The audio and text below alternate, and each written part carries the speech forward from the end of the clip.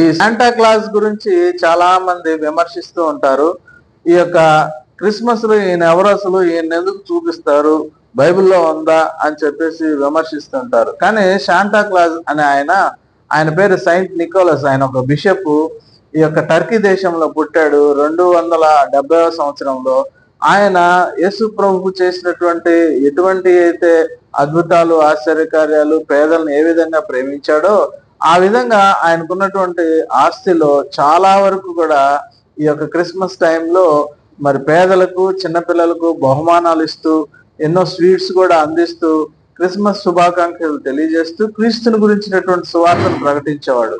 ఈయనకి ప్రత్యేకమైనటువంటి ఒక దుస్తులను కూడా ఆయన ధరించి ఆ విధంగా పేదలను ప్రేమించేవాడు. దానికి గుర్తుగా క్రిస్మస్ లో ఆయన వలే ఉండాలని ఈ సెయింట్ నికోలస్ ఏ విధంగా ఉన్నాడో ఆ విధంగా ఉండాలని క్రిస్మస్ లో ఆయన చూపిస్తూ ఉంటారు.